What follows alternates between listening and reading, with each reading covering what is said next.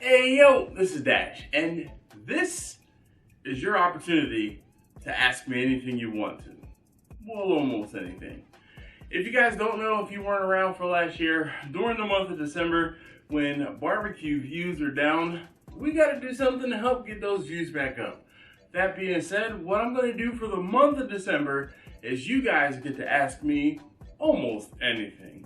So all you have to do is leave a comment down below, ask me your question, and I hopefully will get to respond to it in the form of a video. So don't be bashful. It really won't take more than about half the month to hopefully get enough questions for me to answer and do a video every single day. I really would like for you to ask me a question down in the comments below.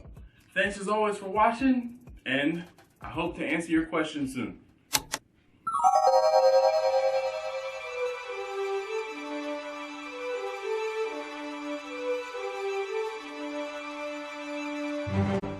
Hello there, and welcome back. Yes, I'm still wearing the Santa outfit. Yes, thank Johnny. Thank Johnny. YouTube Grill, go to his channel and specifically say, thanks for making Dash dress up like Santa. Yeah, this is the most you were gonna get. This is the best you were gonna get. Anyway, let's get right into it. Today, we are on episode 23 of the Ask Dash 2020 series. And we have a good question, or a series of questions from Jay from Smoking Jay's Barbecue.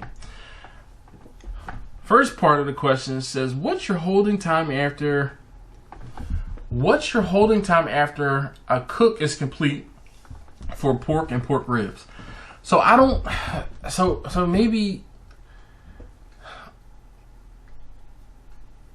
I don't hold food hot for the most part. I either have it done and I let it cool, and or I reheat it and I deliver it warm, or I have it done, I let it cool and I reheat, and then I deliver it cold. I'm not serving food from a truck. I'm not serving food from a trailer. So I don't have to hot hold things. I don't hot hold things because of that. So more often than not, I cook everything until it's done, and then I either cool it, or I will, well, for the most part, I will cool it or I will deliver it right away sometimes while it's still hot, or I will let it cool and then reheat it so that I can deliver it. But I'm not hot holding things because I don't have a restaurant. That's where my process is a little bit different than some of you guys who are out there who might have trailers, who might have trucks, who might have, brick and mortar spots. He also goes on to say, and when reheating them, how do you do it? What are the times and temperature? So I won't say everything is different, but if I have a pound or 2 pounds of, and I don't usually do a pound or 2 pounds of like pulled pork or brisket, but if I have, let's say, 2 or 3 pounds of pulled pork or brisket, I'm going to put them in a foil pan, aluminum foil pan, cover them, and then put them in the oven. Now usually it depends on how much time I have before I need to get to an event.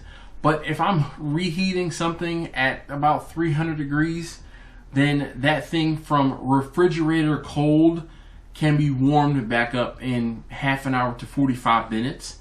Depending on the size of what it is or how much it is that I have to reheat. Now, if it's one of those things where, one of the things that I've told you guys before, when I do my briskets, I try to let my briskets cool to not necessarily room temperature, but I let them cool way down before I start slicing. If you slice into a brisket, to me, if you slice into a brisket and it's too hot, that's why your brisket dries out. You're cutting all of the moisture out of that meat when it's too hot and those juices are still running, and that's why you have dry brisket. But if you let that brisket cool to almost a room temperature, 115, 120 degrees down to, in the 80s and 90s, you cut that brisket up and you'll be able to put it back into a pan, reheat it, and you won't have a problem with that brisket being reheated. Or at least in my experience, I haven't. Now, one of the important things when reheating anything is going to be making sure everything is covered. If you need to reintroduce some moisture into your meat to help rehydrate it, then do that.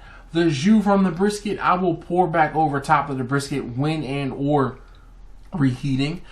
The pulled pork, I will make sure that some of the juices from the pulled pork, as I'm pulling the pork, get reintroduced back into the pork, so that it's not dry, so it's not sandpaper, so it's not, you know, like polyol string cheese, but pork. Now, we don't want that. We want the moisture. The main thing, the main takeaway is when you reheat something, you're going to reheat it as if you were cooking it. You're not trying to cook it per se. You've already done that. All you need to do is reheat it.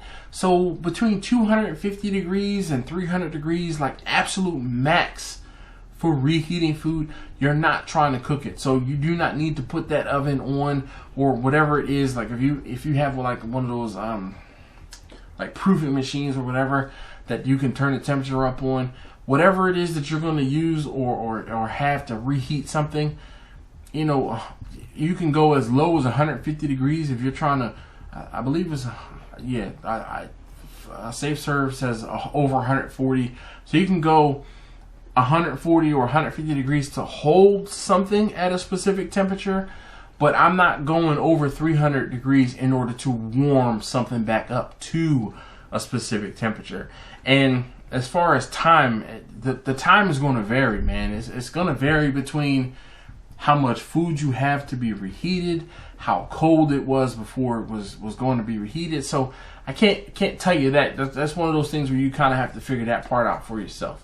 So hopefully, you know, Jay, this helps. I know it was rather roundabout, but it's one of those things where you kind of have to feel out for your specific situation, and or I can't tell you definitively what's going to work for you because it probably is not going to. So again, hopefully that helps. Thank you so very much for asking a great question. I'll see you guys in the next one.